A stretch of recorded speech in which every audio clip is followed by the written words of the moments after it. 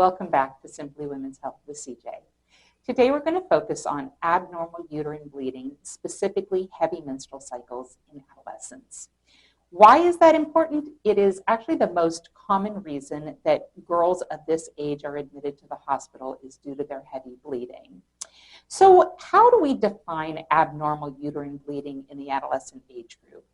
If your menstrual cycles are lasting greater than 10 days, if you are soaking through either a pad or a tampon every hour for several hours, if you are having to double up pads and tampons in order to avoid soiling your clothing, if you are passing blood clots that are bigger than a quarter in size, if you are showing signs or symptoms of anemia, you're more tired than you should be, you're feeling lightheaded, you're short of breath, those are all things that you would be, that might indicate heavy bleeding.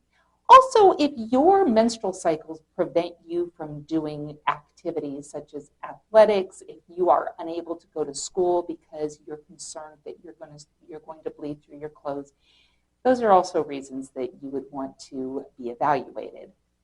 So what causes abnormal uterine bleeding in teenagers? The first 2 years after your menstrual cycle starts, you are typically what's called anovulatory. You're not ovulating on a regular basis yet. And so you can have irregular cycles that can be very heavy in nature. If you have a clotting disorder, this is how we find our patients who have abnormal clotting functions, such as a condition called von Willebrand's. If you are obese, if patients have a lot of extra body fat, they can have heavy menstrual cycles. If you're pregnant, you can have abnormal bleeding. So if you believe that you are having some abnormal bleeding and you make an appointment with your provider, here's what you can expect. They're going to want to do a thorough history. This is where I always appreciate as a provider if my patients have kept a menstrual journal. If you have not already downloaded the Flow, F-L-O, app onto your phone, I highly recommend you do that so that you can keep track of your menstrual cycles. They are going to want to do some lab work. They want to make sure you're not anemic. They're probably going to do a pregnancy test. And they may do a workup to see if you have a clotting type disorder. If you are not sexually active, if there is no risk for either STDs or pregnancy, you do not have to have a speculum or a pelvic exam. They can keep your clothes on for that visit. A thorough history and some lab work is typically all they're going to need. Once they have their lab results back, they're going to see if you're anemic. They're going to make sure your thyroid's working okay. Again, they're going to make sure you're not pregnant. They're going to talk to you about treatment options. Treatment options are going to depend on the severity of your symptoms. If you're not anemic, you're not pregnant, nothing like that, you may opt to take a wait-and-see approach, see if these cycles settle down over time. If you are anemic, they will want to put you on an iron supplement and probably do something to make those cycles a little bit more manageable.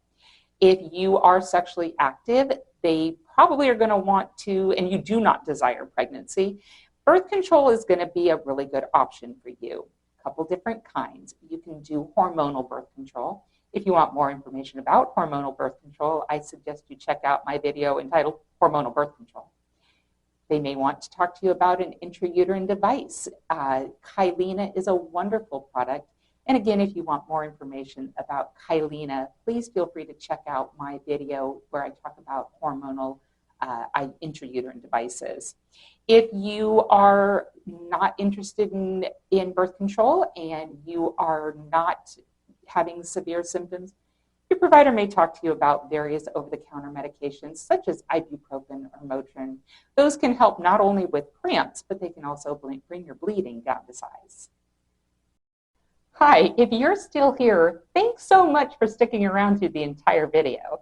If you feel as though this information has been helpful to you, or you think you know somebody that might benefit from the information provided in these videos, please feel free to like it, share it, and if you haven't already subscribed, I would love it if you did that. Any and all support that you can provide is so greatly appreciated.